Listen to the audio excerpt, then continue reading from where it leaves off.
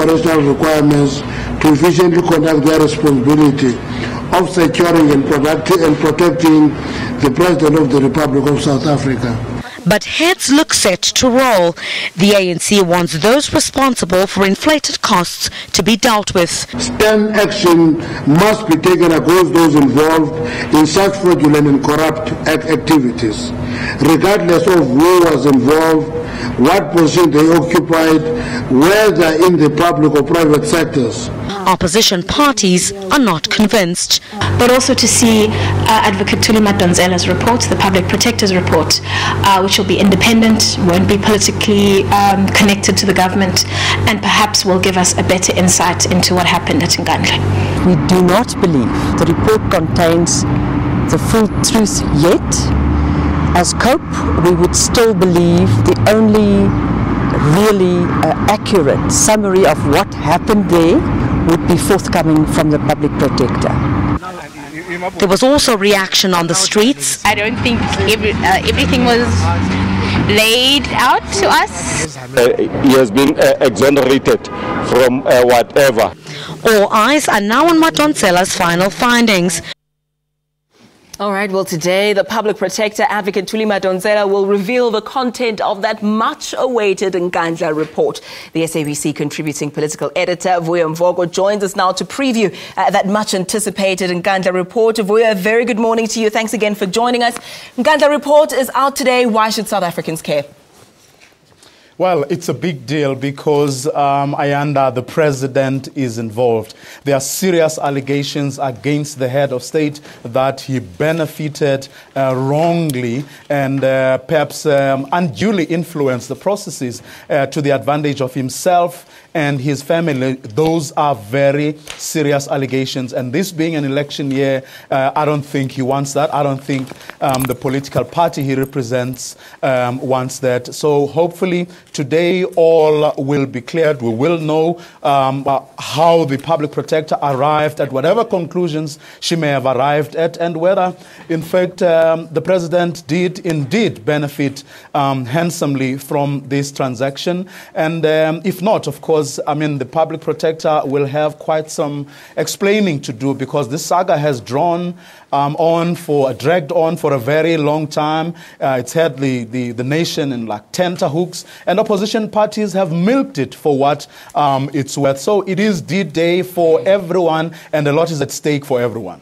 Of course, we're playing the speculation game at the moment, but earlier in the year, Cabinet released its own report on Nkandla. President Jacob Zuma, of course, exonerated from any wrongdoing with regards to that. We also know that when the preliminary results of this Nkandla report were leaked to the media, there were utterings that people would be disappointed, perhaps that President Jacob Zuma would be found to have not been guilty of any wrongdoing. So just trying to speculate or read through the lines, what difference would there be between the Nkandla report by Public Protector and Cabinet's own findings?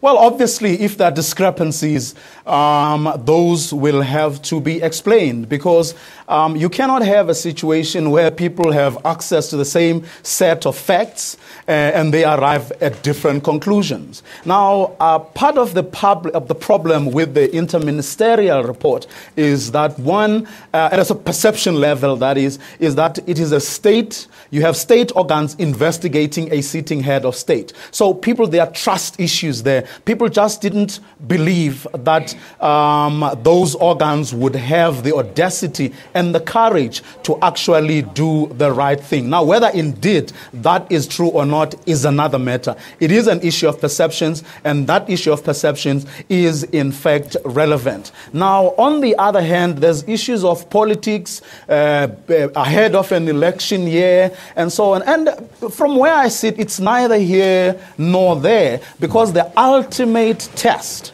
of what the Public Protector is going to say today is whether, in fact, from the thorough investigations she has done, she is able to arrive at a credible conclusion that anyone would have arrived at had they been exposed to the same set of facts. Now, the politicking, of course, by her own admission, there's a lot that she could have done better. In an interview, in an interview I did with her, in fact, the last interview I did with her, there, she did concede that with the benefit of hindsight, a lot went wrong. She should not have, for example,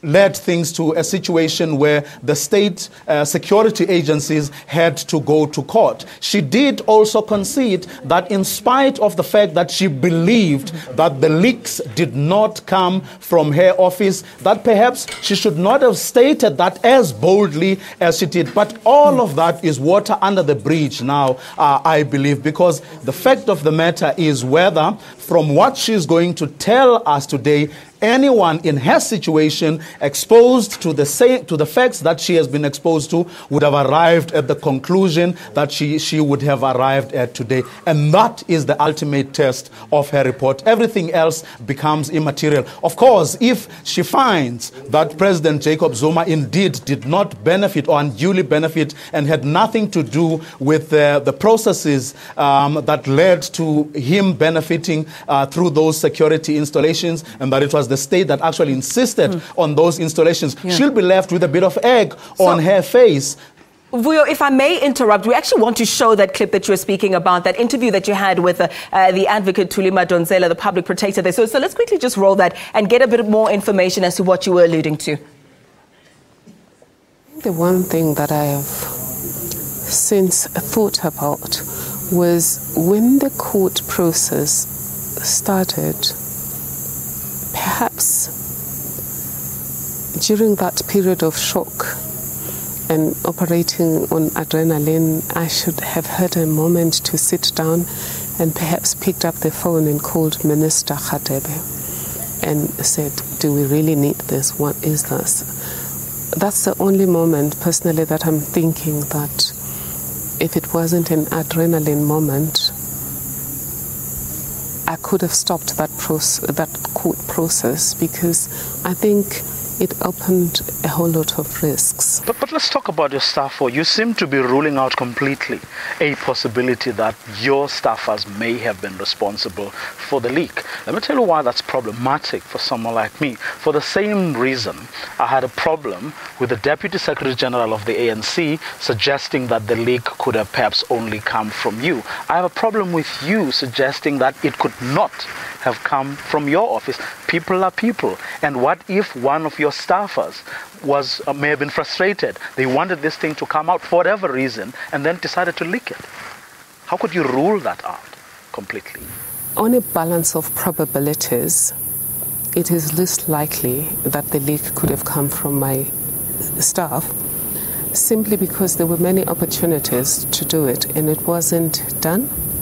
And it was leaked at a time when, for us, there wasn't anything to gain. Now, Vuyo, just to get some insight from you in closing as briefly as possible, judging by history in the past reports from the public protector, this particular one in Nkandla, or on Nkandla, I should say, does it hold water? How significant is it? And what ripple effect is it likely to have? Well, look, I mean, just picking up from the clip you showed there, I mean, she has had her moments of regret, how she could have handled things a lot better. But no amount of apologizing, no amount of regret is going to change the facts. And the facts today are what Madonsela is going to table before the nation. And if the allegations, or what has so far been put out there, that there were indeed suggestions of impropriety on the part of the president, then that's a big deal for the ANC and for the president in an election year. But if that doesn't, in other words, if she has found that in fact the president is clean, and then obviously her integrity is going to be called into question, this is the big one. But the ultimate test, as I said, is whether in fact, with the evidence she has seen, with everything that she has had access to throughout this probe, she arrives, whatever conclusion she arrives at, the test will be whether someone in her position with all those facts would have arrived at that same conclusion. We'll have to leave it there. Thank you so much. Of course, we'll await the findings of that report and the announcement a little bit later today. Let's